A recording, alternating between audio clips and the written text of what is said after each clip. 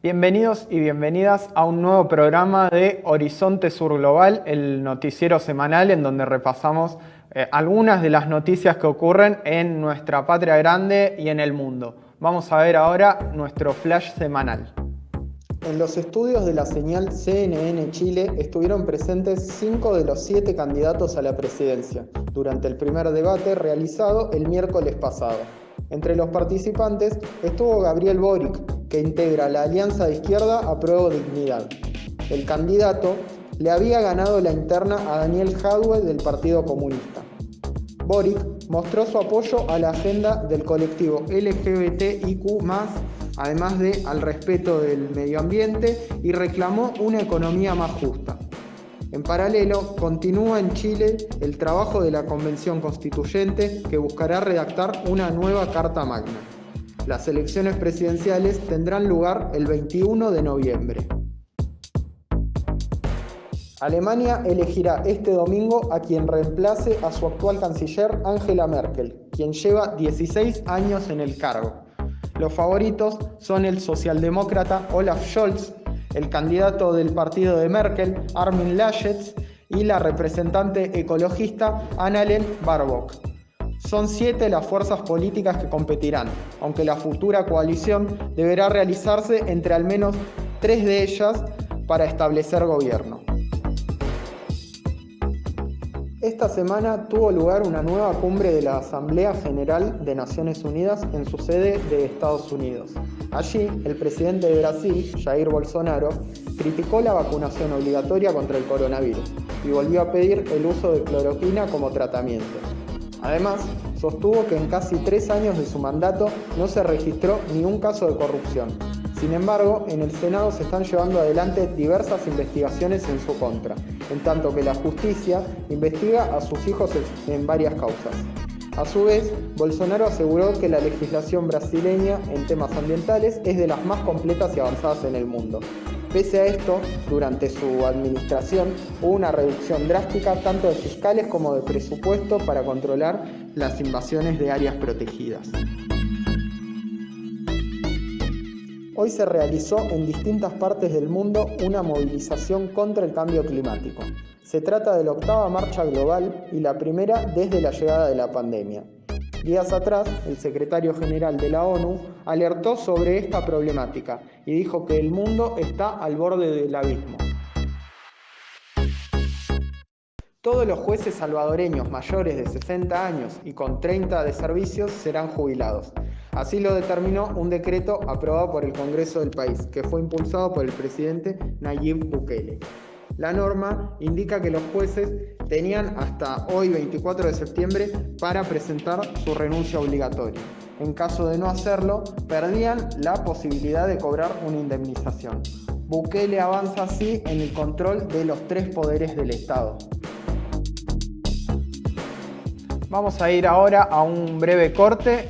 Luego vamos a repasar lo que dejó la cumbre de la CELAC con el sociólogo y politólogo Atilio Borón. Quédense que ya volvemos.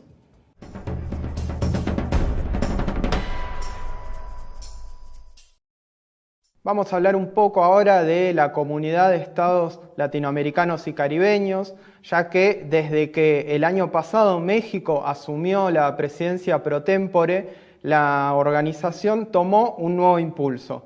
Particularmente lo que nos trae hoy aquí es que el fin de semana justamente en México se realizó una nueva cumbre de la CELAC, en la cual finalizó con un documento de 44 puntos en común, entre los cuales destacaba la cuestión sanitaria por la obviedad de cómo enfrentar la pandemia, la cual además visibilizó las debilidades que tiene nuestra región para enfrentarla.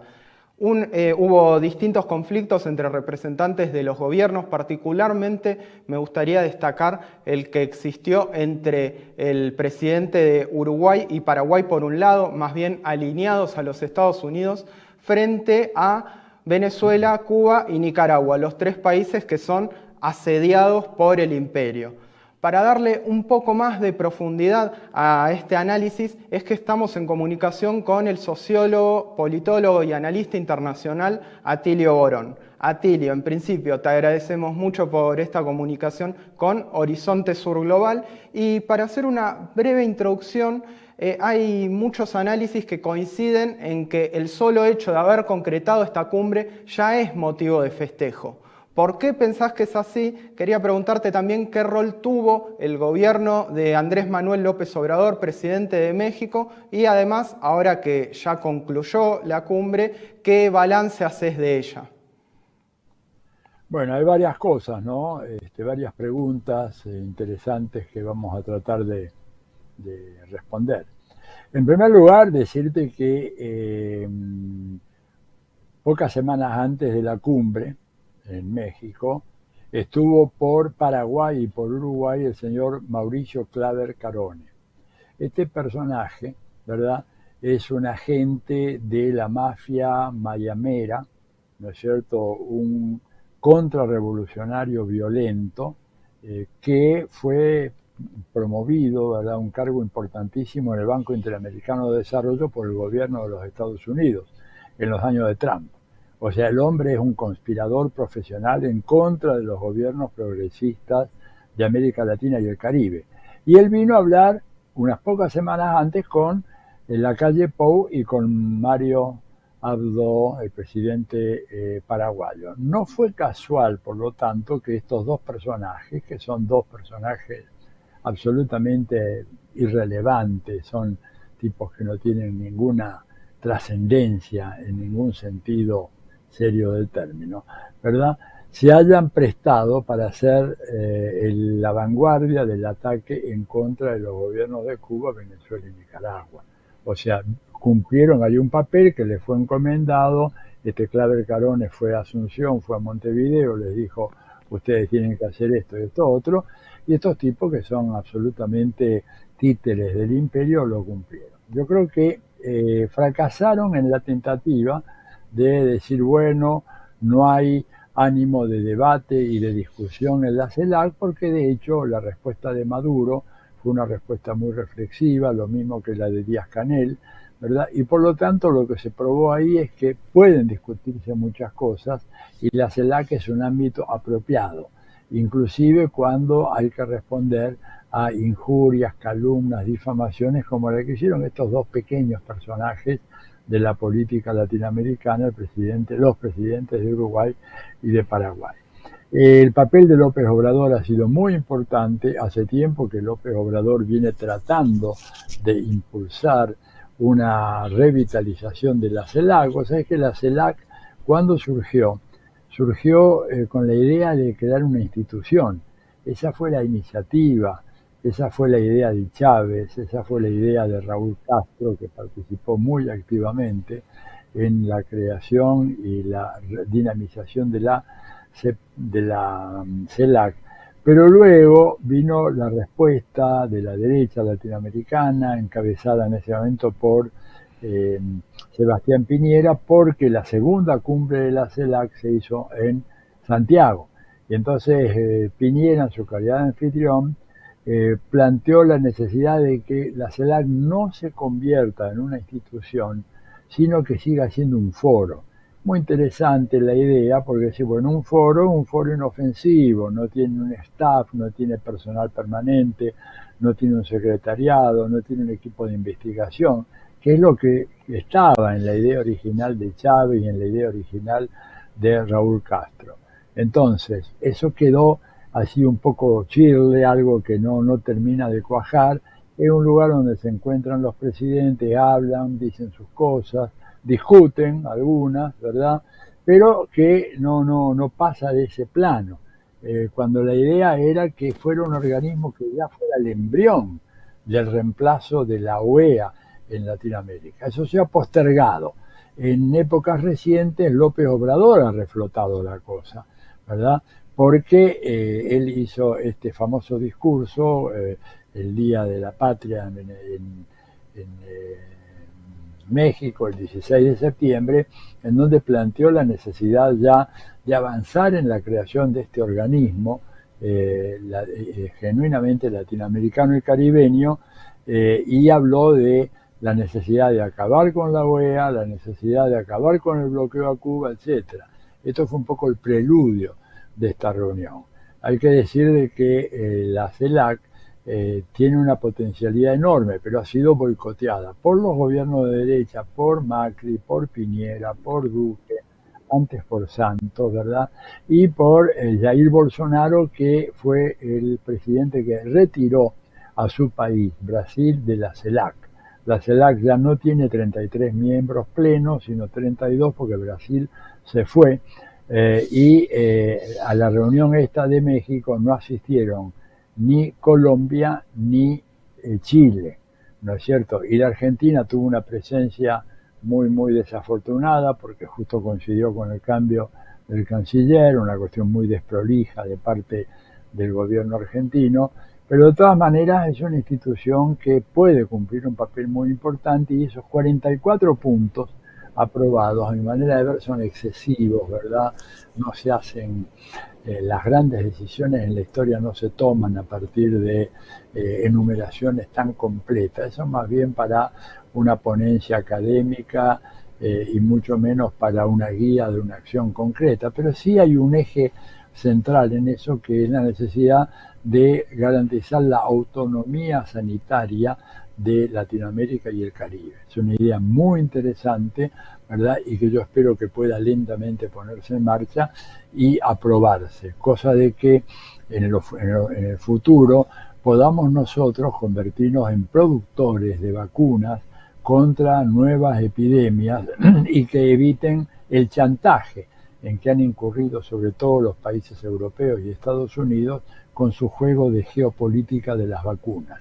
Esta es la idea importante, espero que avance, creo que la CELAC puede hacer un papel muy importante en el futuro de América Latina.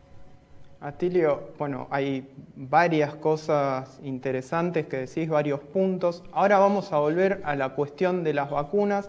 Quería preguntarte por otro elemento que planteabas. Recién hablabas sobre una intervención que había tenido Piñera, que buscaba básicamente trabar el desarrollo de la CELAC como organismo. Podemos decir que más o menos en la misma línea fue la intervención del sábado pasado del presidente uruguayo Luis Lacalle Pou, quien planteó que estar en la CELAC, participar de esa cumbre, no implica desobedecer o desconocer a la OEA. También mencionabas vos, y bueno, yo te presentaba en un principio, esta pelea o esta suerte de discusión que hubo entre el presidente de Paraguay y Uruguay, señalando a Maduro, a Díaz-Canel y también al gobierno de Nicaragua. En ese sentido, te quería preguntar cómo puede superar o cómo puede al menos convivir la CELAC, teniendo en cuenta que hay diversidad ideológica y diversidad en los planteos de qué se necesita la CELAC. Y por otro lado, recordando también un poco el 2010, que fue cuando se funda la CELAC, te quería preguntar qué características existen, no tanto en nuestros gobiernos, sino más bien en las políticas de integración regional, es decir, comparar lo que fue en el 2010 y cómo son hoy. Bueno, a ver, en 2010 el clima ideológico era completamente diferente al actual. En 2010 estábamos en el apogeo del ciclo progresista en América Latina, tenías a Chávez, tenías a Correa, tenías a Evo, ¿no es cierto? Estaba Dilma ya en el cargo, o Lula, no sé cuándo exactamente se produjo el cambio, pero fue en ese año, ¿no es cierto? Tenías Cristina acá, el Frente Amplio en Uruguay. Era un clima ideológico completamente diferente, y el proyecto era avanzar con bríos en un proyecto integracionista continental. Yo eso, evidentemente, debo decir que las intervenciones de la calle Pou y de Mario Abdo son en realidad las expresiones de que el Pentágono y el Departamento de Estado tienen en relación a América Latina. América Latina tiene que seguir estando desunida, y por lo tanto ellos movilizan algunas marionetas, ¿verdad?, miserables, que se prestan de una manera indecorosa al juego del imperio, y atacan a los proyectos que tratan de afianzar la autonomía de los países de la región. Son seres despreciables, te digo, realmente jamás tendría ganas de cruzarme con ninguno de ellos, pues son peones de cuarta, ¿verdad? Movilizados por el imperio para hacer difícil lo que ya de por sí, acá voy a tu pregunta inicial, es muy difícil. ¿Por qué? Porque la CELAC supone un grado, una sintonía, ¿verdad?, más o menos común de todos los gobiernos de la región. Y es muy difícil lograr eso, sobre todo porque la CELAC, al igual de la UNASUR, tiene una cláusula que a mí personalmente me parece fatal, y es la cláusula de la unanimidad. Y vos no podés lograr que una institución como la UNASUR, ¿verdad?, con sus 10 miembros, u 11, depende, hay todo un tema con Surinam que no está del todo aclarado, que funcione sobre la base de unanimidad. Muy difícil encontrar unanimidad. La idea era buena, la idea, un poco quien planteó la tesis de la unanimidad fue Hugo Chávez, y lo decía él para tratar de fortalecer la cohesión del grupo. Es decir, bueno, esto es un bloque que se va a presentar todos alineados en la misma política. Para mi manera de ver fue un diagnóstico demasiado optimista de la realidad. ¿Por qué? Porque Estados Unidos siempre puede comprar votos, siempre. Siempre hay gobiernos que están dependiendo de Estados Unidos, dependiendo de las cuotas de exportación o de la ayuda militar o de préstamos, etcétera. Lo que tendría que hacerse es decir, bueno, adoptamos un criterio de una mayoría, ¿cómo se llama? Una mayoría calificada, suponete 2/3. Entonces, bueno, son 33 países, tenés que tener 24 votos y esos son los votos que orientan la política de la CELAC, 2/3, la mayoría, un poquito más de 2/3 más 1, ¿verdad? 2/3 sería 22 votos, pero vamos a pensar que podés tener un poco más, porque hay 23, 24, algo así, pero no la unanimidad, y este es un problema serio, es un problema muy muy serio que maniata de alguna manera a estas organizaciones. Por ejemplo, la Argentina se había propuesto para ser la Secretaría Pro Tempore de la CELAC, una muy buena idea como un mensaje para América Latina y buena idea al interior de la Argentina, ¿verdad? Sin embargo, ahí por todo un entredicho que hubo con el gobierno nicaragüense, aparentemente Nicaragua había asegurado de que iba a vetar esa candidatura, iba a decir que no, por lo tanto no iba a salir. Finalmente parece que hubo una negociación en donde Nicaragua había acordado abstenerse, por lo menos eso fue lo que se dijo, pero como la Argentina no estuvo presente allá, ¿no es cierto?, en la reunión, a pesar de que aparentemente fue un personal, alguien subalterno de la Embajada Argentina en México, lo cierto es que esa oportunidad se perdió. Pero la cláusula de la unanimidad me parece a mí que es una cláusula paralizante y que impide que la CELAC como la UNASUR puedan tener un papel más activo en el avance, en la promoción de políticas que estimulen la autodeterminación de los países de América Latina y el Caribe. Esta por lo menos es mi visión. Hace falta una reforma a fondo, profunda, para reestructurar la ingeniería administrativa y política del proceso de toma de decisiones dentro de la CELAC.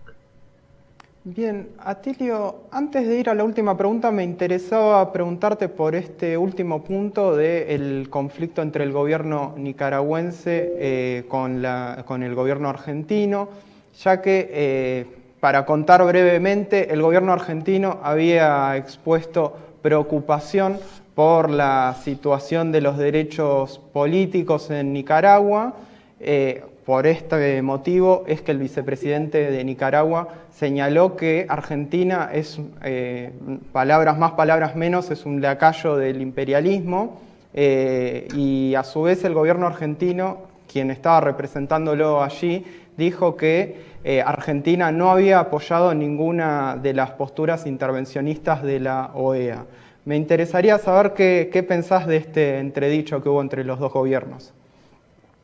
Mira, yo creo que Argentina tendría que haberse abstenido de hablar sobre un tema muy delicado que requiere un conocimiento muy detallado de la situación interna de Nicaragua y que la Cancillería argentina evidentemente no tiene. de alguna manera reprodujo lo que es el pensamiento dominante en los grandes medios, en donde evidentemente el gobierno de Daniel Ortega es objeto de un ataque brutal.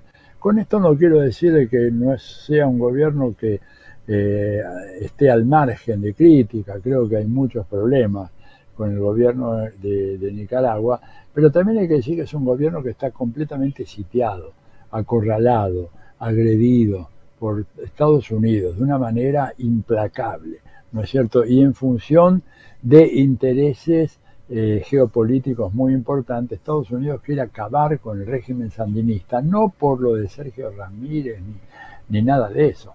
Quiere acabar porque tienen miedo de que finalmente se llegue a un acuerdo entre Managua y Beijing para iniciar la construcción de un canal interoceánico alternativo al canal de Panamá. Esta es lo que está realmente en discusión. Por supuesto, Estados Unidos va a decir que no, que ellos lo que quieren es defender la democracia, lo cual es absurdo. Estados Unidos nunca construyó ninguna democracia en ninguna parte del mundo. Y si querés la prueba más reciente, 20 años en Afganistán y dejaron un desastre, ¿no es cierto? ¿Por qué? Porque las democracias no son procesos que se importan ni que se imponen sobre la punta de las bayonetas, como diría Napoleón.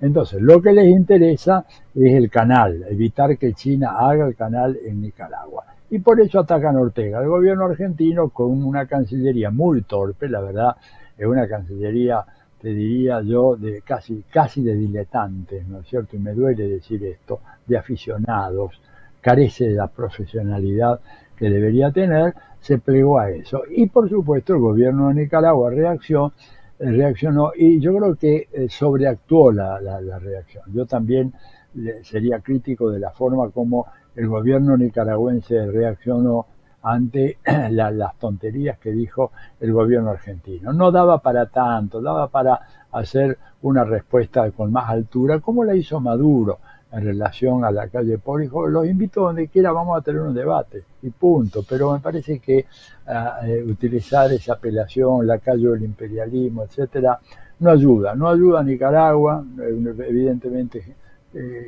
tensiona la cuerda con la Argentina, y si hay algo que necesita Nicaragua en este momento es solidaridad internacional. De manera que si hay un gobierno que comete una tontería como el argentino, bueno, trata de bajar los decibeles y no potenciar el conflicto, porque a la larga el que va a salir más perdidoso de una situación como esta es Nicaragua y no Argentina.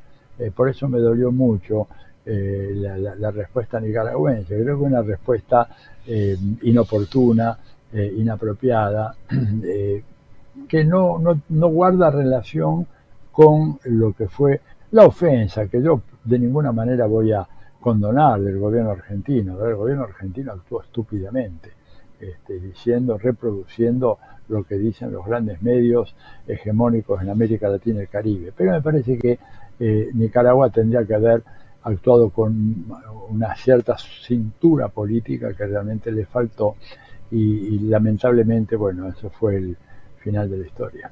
Atilio, un poco para ir cerrando, quiero volver a la intervención del presidente mexicano, quien muy entusiasmado planteó la necesidad de fortalecer la CELAC y la posibilidad de que este sea el paso previo a la comunidad económica que luego dio lugar a la Unión Europea. Primero quiero preguntarte si coincidís que esto es posible. Por supuesto es una apuesta a largo plazo.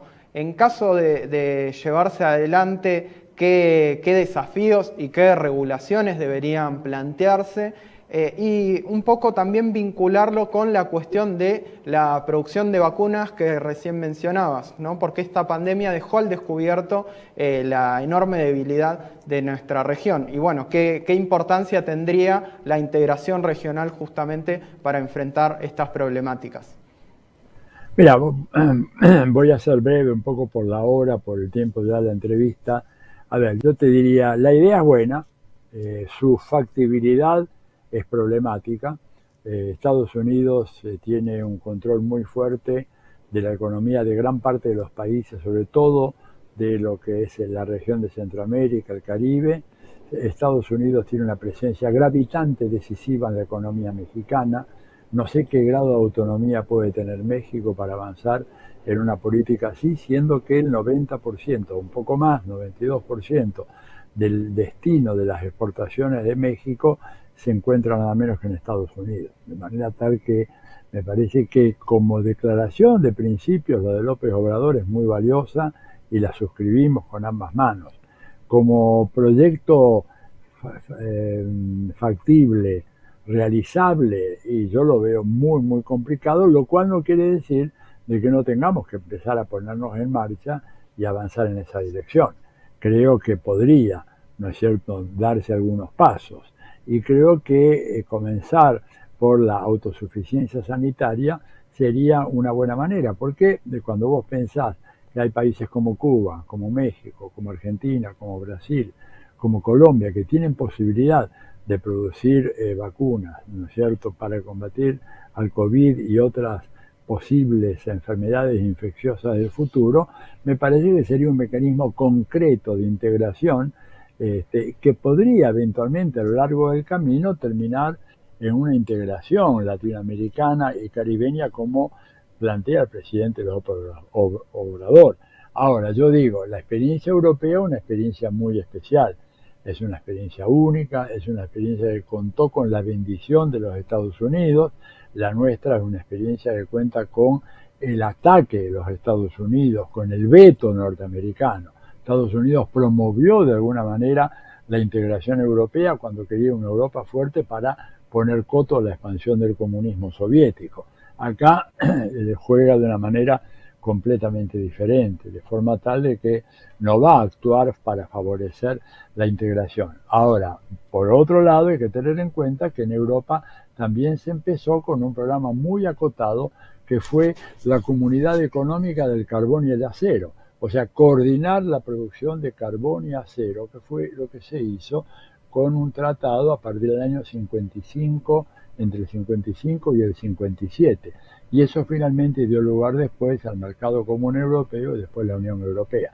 Son procesos que llevan décadas, De manera que, a pesar de que lo veo difícil, yo digo, no es imposible, creo que se puede empezar a avanzar, creo que la autonomía, la autodeterminación en materia sanitaria es muy importante, podemos avanzar en otros terrenos como la autosuficiencia en materia alimentaria, que es muy importante. Argentina es un país que tiene excedentes alimentarios, pero hay muchos países de Latinoamérica que tienen que importar alimentos. Digo, es posible pensar en esquemas de integración mutuamente beneficiosos, pero va a ser un proyecto muy cuesta arriba, va a depender del grado de armonía política que se vaya dando en la región.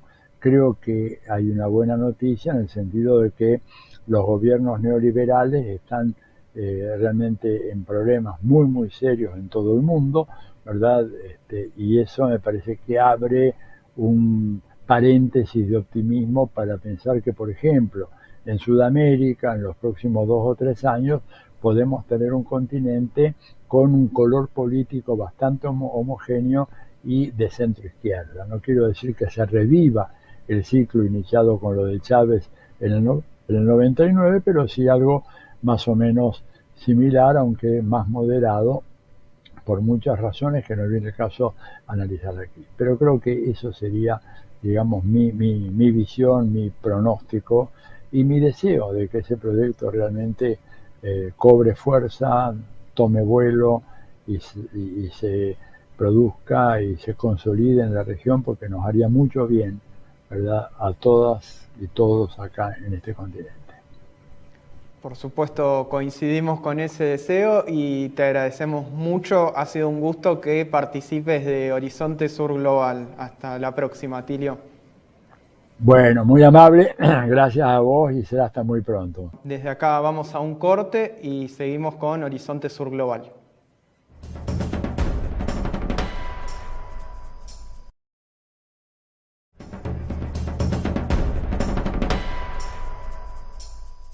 Seguimos con Horizonte Sur Global. Ahora vamos a ver la columna semanal de ARG Medios.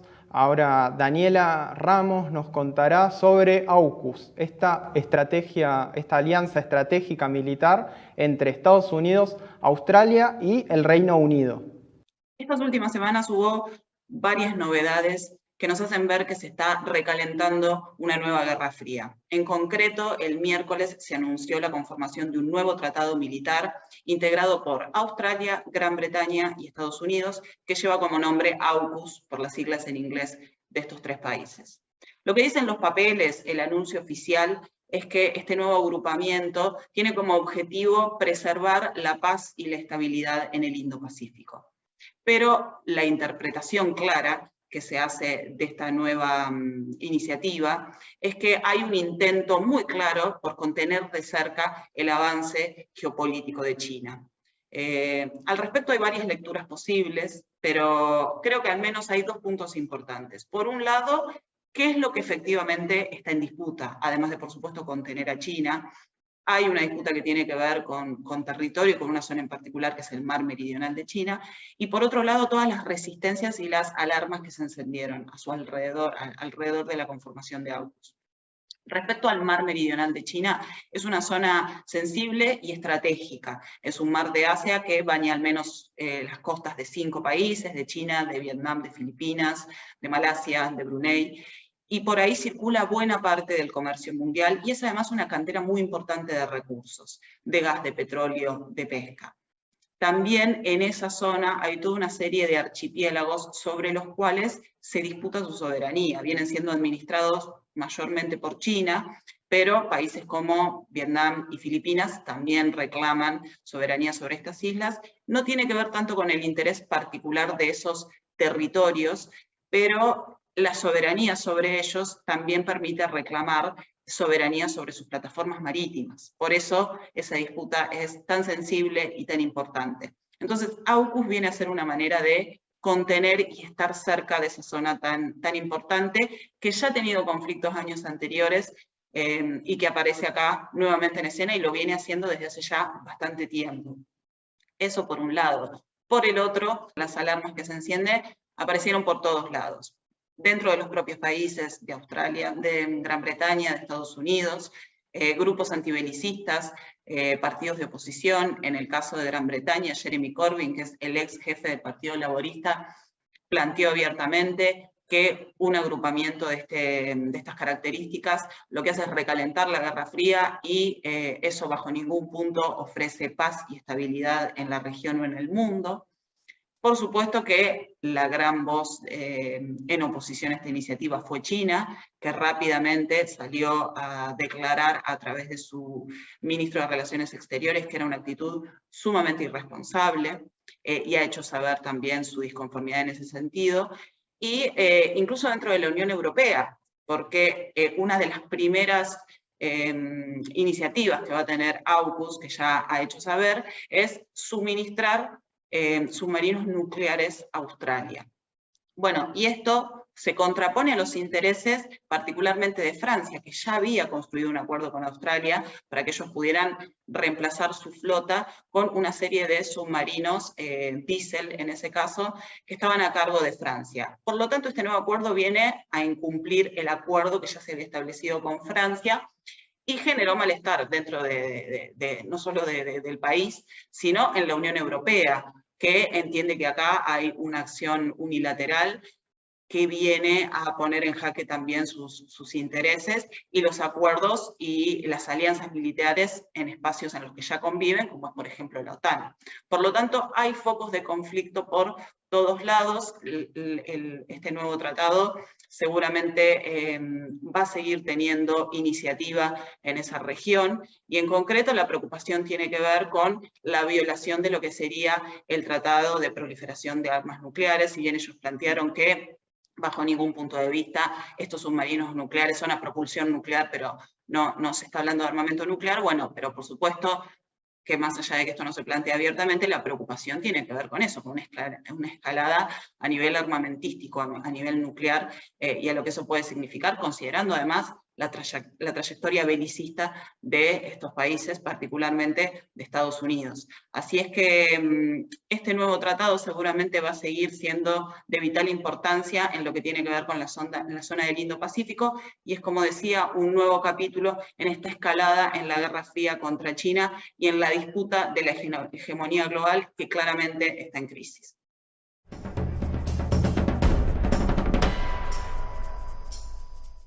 Bueno, desde acá nos vamos despidiendo. Ha sido un programa muy completo. Recuerden vernos todos los viernes a las 22 horas por el 32.1 de la televisión digital abierta, por nuestro canal de YouTube o bien por nuestra aplicación Barricada TV que pueden descargar desde el App Store.